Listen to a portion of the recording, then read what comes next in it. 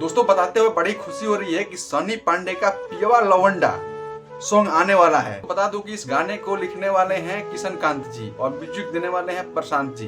दोस्तों बहुत ही शानदार को गीत को मतलब ये गाया है सनी पांडे ने। आप लोग प्लीज आपसे रिक्वेस्ट है कि अपने भाई को, अपने जिला के लड़के को सपोर्ट कीजिए। पता है कब? 29 तारीख को 7:30 पे आप लोग जाइएगा यूट्यूब पे, वीडियो को देखिएगा, इंस्टाग्राम पे गर्दा मचा के रील बनाइएगा, जैसे हर गाने को आप प्यार देते हैं। दोस्तों बता दूं कि सनी पांडे का आपने जो दोस्ती गाना का इतना प्यार दिया था, इतना प्यार दिया था कि पूरा यूपी, बिहार, झारखंड, बंगाल मतलब ऑल इंडिया फेमस हो गया था। इस भी गाने को आप लोग फेमस कराइए उसी तरह। दोस्तों बता दूं कि मैं हूं आप सभी का अर्जुन, आप देख रहे थे नई बस्ती ब्लॉग। दोस्तों हम भी बलिया के हैं और सोनी भैया बलिया के ही हैं, तो काहे ना हमको भी सपोर्ट कीजिए, हम भी थोड़ा आगे बढ़ें। तो धन्यवाद, नमस्कार, बहुत बहुत।